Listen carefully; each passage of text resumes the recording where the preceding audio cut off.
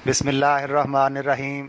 अस्सलाम वालेकुम नाजरीन, पाकिस्तान इस वक्त बहुत सख्त मुआशी बहरान का शिकार है। महंगाई, गुर्बत और बेरोज़गारी ने पूरे मुल्क को अपनी लपेट में ले लिया है। बज़ाहिर अभी तक इन हालात से निकलने का कोई रास्ता नज़र नहीं आ रहा है, लेकिन इस नाजुक सूरत हाल में हम आवाम हुकूमत वक़्त के साथ खड़े हैं। जब भी कौमों पर मुश्किल वक्त आता है तो पूरी कौम को बशमूल अदारों के एक होना पड़ता है। आप हमारी तजावीज़ पर अमल करें तो एक माह के अंदर अंदर हमारा मुल्क दोबारा से अपने पाँव पर खड़ा हो सकता है।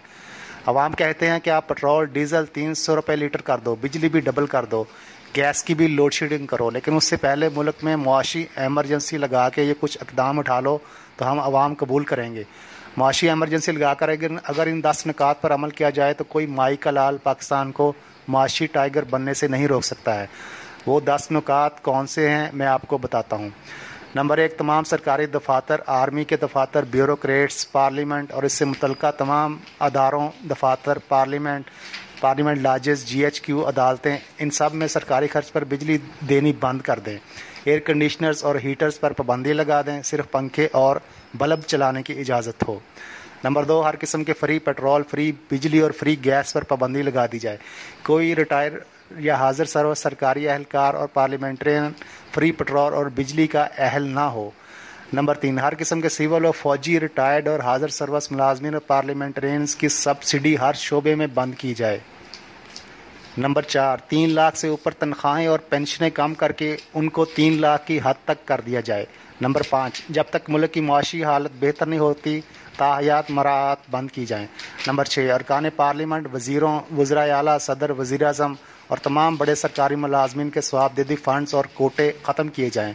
नंबर 7, सदर, वज़ीर आज़म, आर्मी चीफ, वज़राए आला, मिनिस्टर्स, MPA, MNAs और तमाम ग्रेड 18 से ऊपर के अफसरान की तनख्वाहें माशी हालात संभलने तक एक आम मजदूर की उजरत के बराबर कर दी जाए।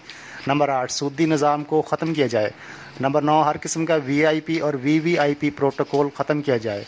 नंबर 10, बैरूनी दौरों में 10 से ज़्यादा अफराद को ना लेके जाया जाए और बिला ज़रूरत गैर मुल्की दौरों पर पाबंदी लगाई जाए।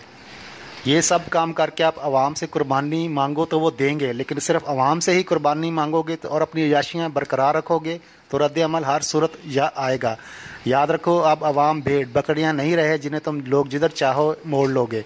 अब आवाम में शऊर आ गया है, आवाम अपने हकूक़ हासिल करना चाहते हैं, वो हकूक़ जिन्हें गुज़श्ता 70 साल से गासिब टोले ने हज़फ कर रखा है। आप लोग चेहरे बदला कर हम आवाम को बेवकूफ़ बनाना अब बंद कर दो। आप लोगों की अयाशियों की कीमत अब गरीब आवाम हरगिज़ नहीं देगी। आवाम 22 ख़ानदानों की हाकमियत, वडेरों, जागीरदारों और सरमायादारों के हाथे अब मज़ीद यरगमाल बनने को तैयार नहीं है। अवाम इस्टेब्लिशमेंट की हुकूमतों में अब मज़ीद मुदाखलत नहीं चाहते। अवाम तुम्हारी अयाशियों से तंग है।